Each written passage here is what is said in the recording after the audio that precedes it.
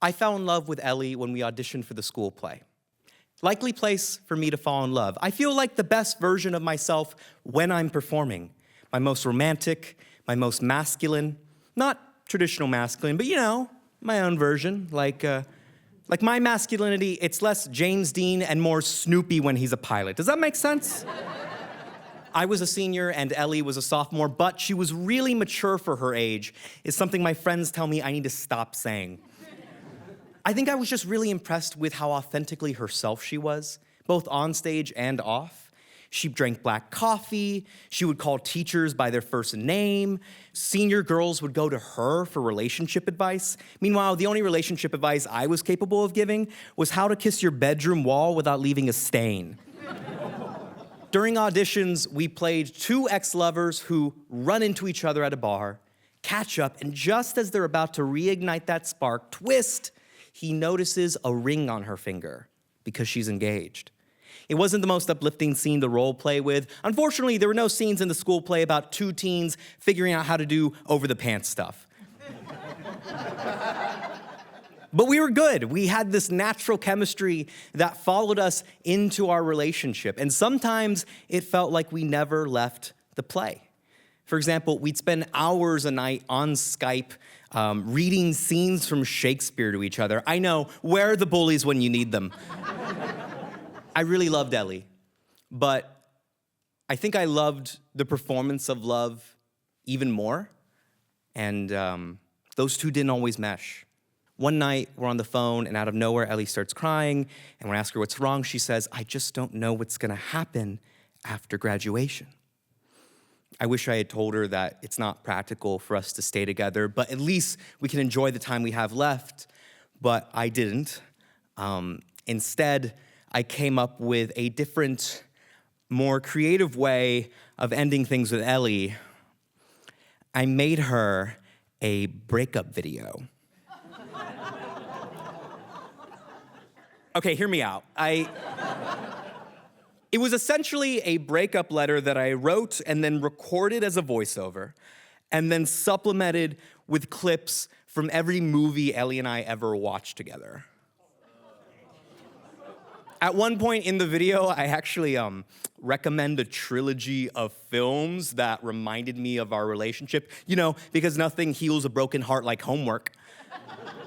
That's not even the most embarrassing part of the video. The most embarrassing part of the video is just the fact that it was 8 minutes long, which I know sounds indulgent, but to my credit, I was just creatively on fire with this one. I mean, there was montage, there was complicated editing. I mean, I was recording and re-recording lines under a blanket in my closet like I was Ira Glass during COVID, okay? I was feeling the craft here. It broke my heart to end things with my best friend, and making art out of that moment crystallized everything that was good about our relationship, everything I didn't want to leave behind. It meant a lot to me.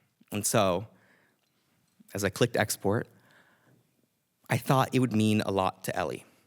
So we go on our last date. We're at the spot by the river where we had our first kiss. The sky is pink. The score of the world is coming down, and I'm taking in how picture perfect everything is. And that's when Ellie says, "The longer you don't say something, the less hopeful I get." And so I do the only thing I can do.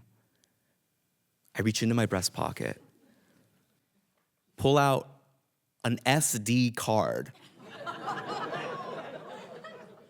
hand it to her and say, "Hey, there's something on here I want you to watch when you get home." And she says, "If you're breaking up with me through this, I'm gonna kill you." So to this point, I'm rethinking the whole digital breakup idea. I mean, for one, an SD card? At least give the girl a flash drive. And so we break up. And I go home and I receive a text from Ellie that just says, "I watched the video." And I, always one for notes, I ask, "What'd you think?" And she says, "I can't breathe." Because at that moment, she was literally having a panic attack.